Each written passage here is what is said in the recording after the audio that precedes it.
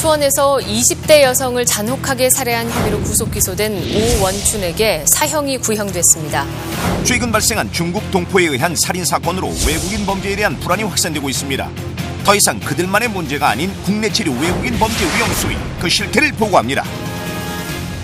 며칠 전 조선족 근로자가 처음 보는 여성에게 흉기를 휘두르는 사건이 일어났습니다. 지난 4월 수원 여성 살해 사건에 이어서 또다시 조선족이 연루된 강력범죄가 발생하면서 한국 사회에 적지 않은 충격을 주고 있습니다.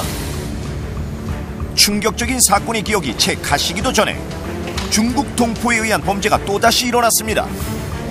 피의자 최 씨 말로는 자기가 편의점 내에서 물건을 사고 있는데 피해자가 기분 나쁘게 자신을 쳐다봤다는 이유로 소지하고 있던 가도로 여러 차례 찔러 상해를 입힌 사건으로 현재 살인 미수죄로 구속 수감 중인 현장입니다.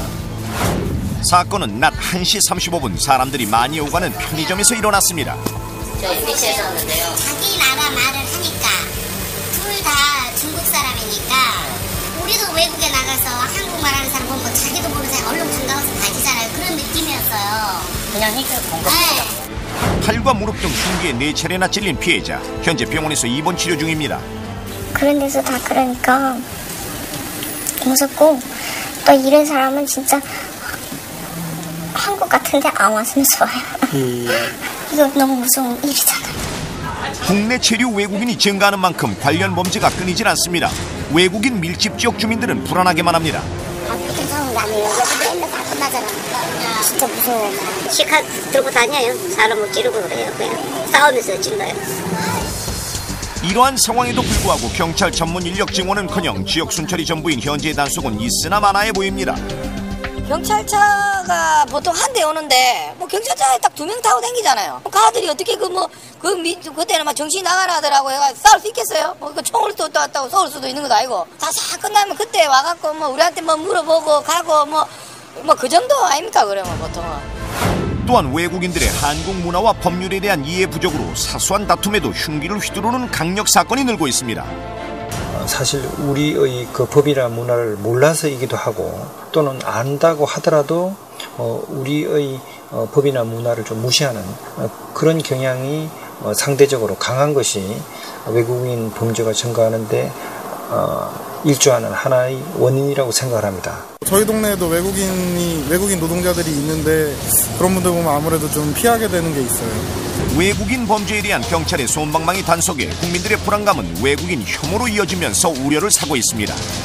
한두 명 예를 들어서 이렇게 우리 조선족들이 이렇게 범죄 아니면 살인 사건 날 때에서 모든 우리 조선족 동포들이 다 나쁘다는 건 아니잖아요. 한국의 시민들이 그분들한테 빚지고 있고 신세지고 있는 것도 많아요. 그분들을 전부 다 범죄 집단 시해한다거나 이런 것은 사태 해결에도 도움이 안 되고요.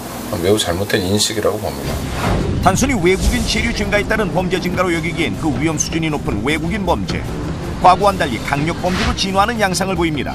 하지만 외국인 범죄를 차단할 수 있는 마땅한 제도조차 없는 실정입니다. 외국인 모두가 어디 있는지 파악하는 게 아니잖아요. 본인이 신고를 하면 우리는 그거를 관리하는 거예요.